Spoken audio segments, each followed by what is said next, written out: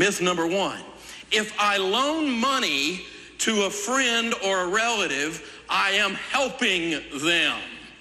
Now, after I do this, occasionally I'm going to point out to you, and if I point out to you and you see on the screen a myth, you're going to yell myth. If you see up there a truth and I point out to you, you're going to yell truth. And that's only if I point, so because we don't do it all the time, there's a bunch of them to go. But we'll start with this one. This is a myth. Definitely, because you and I both know that the truth is the relationship will be strained or destroyed. 57% of Americans, when polled, say they've seen a friendship or a relationship end because of loaning money. 63%, Bankrate.com says, have seen someone skip out on repaying a loan to a friend. If you've ever loaned someone money at work, you give them $50 to help them get through till payday.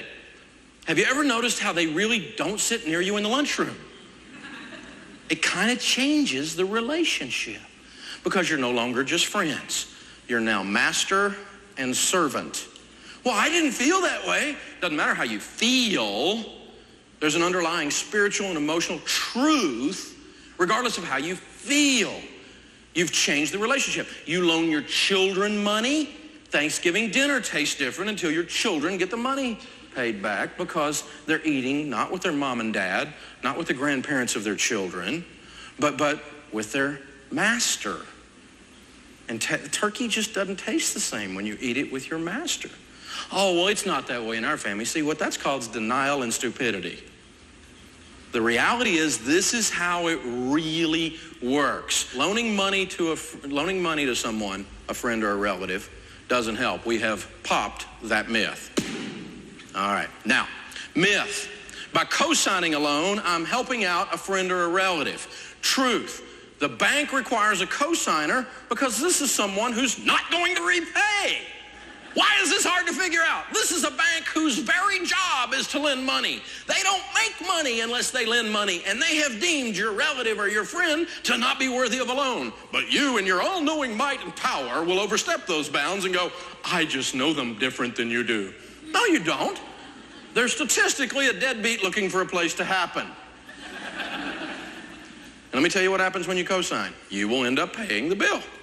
I've co-signed for 2 loans in my life. I paid both of them. One poor fella co-signed for me when I was going broke, and he ended up paying that. I had to go back and pay him back. It was a friend, but it strained the friendship. Just the same. Because he just assumed Dave was going to pay for it. Well, Dave would have paid for it, but Dave didn't have any stinking money. And that's how that works.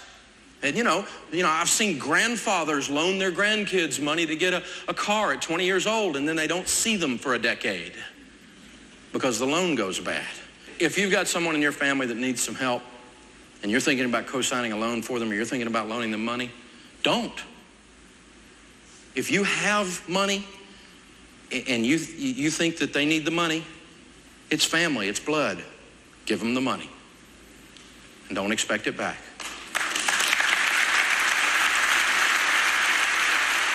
So with co-signing and lending, don't go mess up your relationships.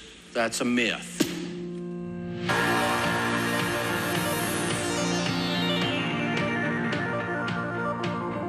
Certainly okay to ask anybody to co-sign a loan, but I wouldn't recommend co-signing a loan to anyone, and I wouldn't recommend getting a co-signer. I think it's a stupid idea. If you need a co-signer, it's because you're not ready to borrow. And most of the time, what we'd be talking about on something like that's a car, or maybe some other thing that you should be saving up to pay for to start with. So I don't think you ought to get the loan, and I'm sure your parents shouldn't co-sign for you. Myth. Cash advance, payday lending, rent to own, title pawning, and tote the note lots are services to lower income people to help them get ahead. Truth.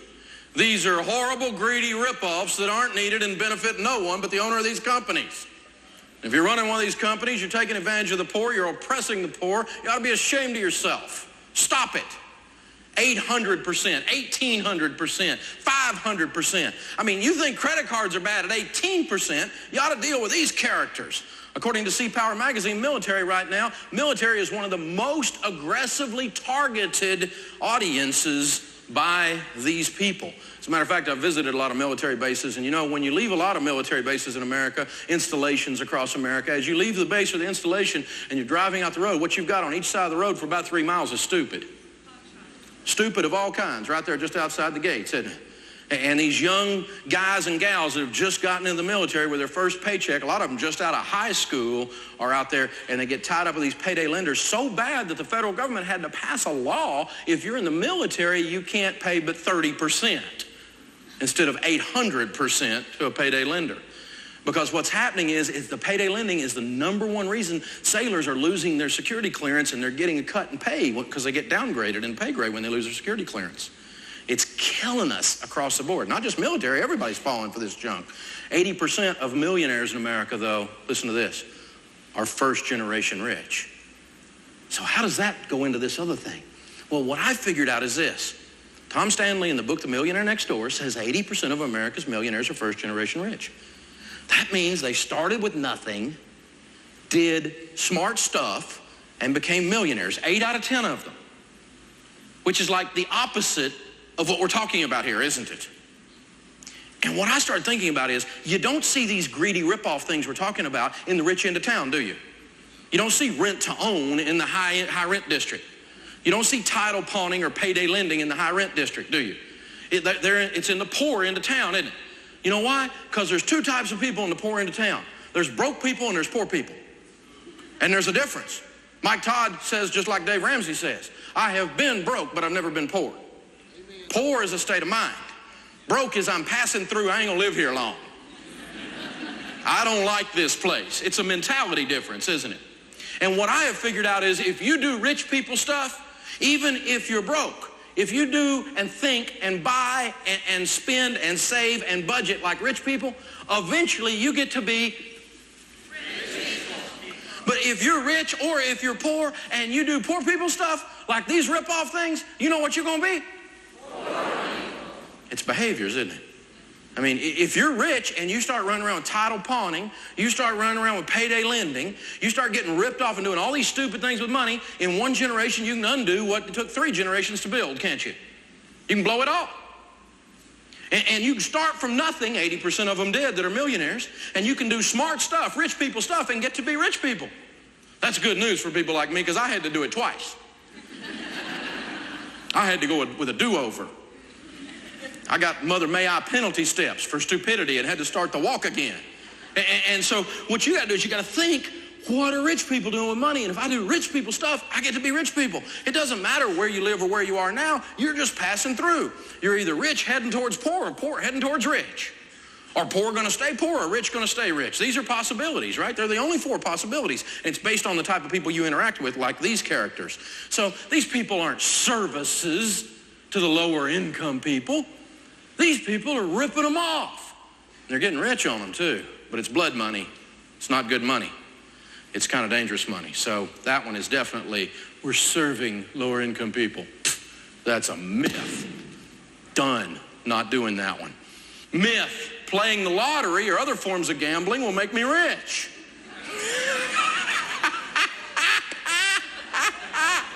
Then why, when I see the line to buy the lottery tickets, there's no rich people in the line? Why is it always Daryl and his other brother Daryl? Oh, it's entertaining to me to lose money. I do it for entertainment. It's entertaining? Why don't you just get some 20s and drive down the interstate and cause a car wreck by throwing them out? That'd be entertaining. I mean, just throwing money out the window. I mean, we might as well do something fun with it, you know? Go over at the mall, cause a riot or something, you know? But it's fun to lose money. The truth is the lottery is a tax on the poor and on people who can't do math. Because these are who play.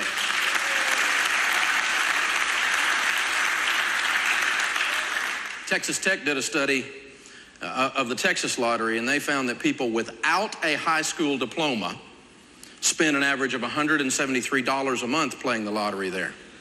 College graduates don't spend $173 a month. They spend $49 a month on average. These are among the people who play the lottery. That's the difference.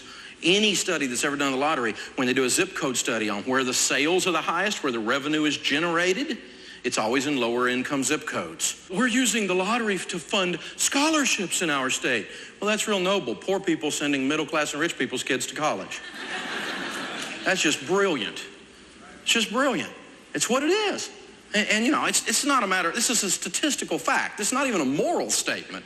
And it's not a biblical statement or a spiritual statement. I could make those about it that are an overlay on this subject, but this is just a simple statistical analysis. So let's try this. If you got someone or you know someone that's kind of, I don't know, plagued by the lottery.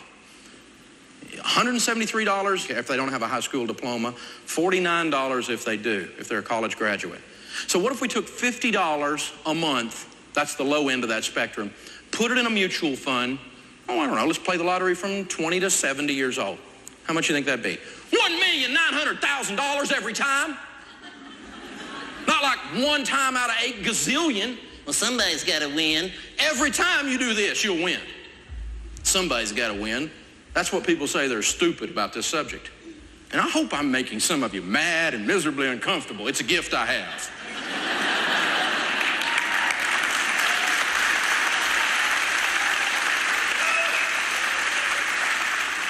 Another study showed that those with annual incomes under $20,000, if they have a family of 4, that's a poverty level,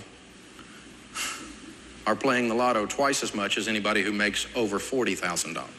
It's a tax on the poor. It is not a way to build wealth. That's the truth.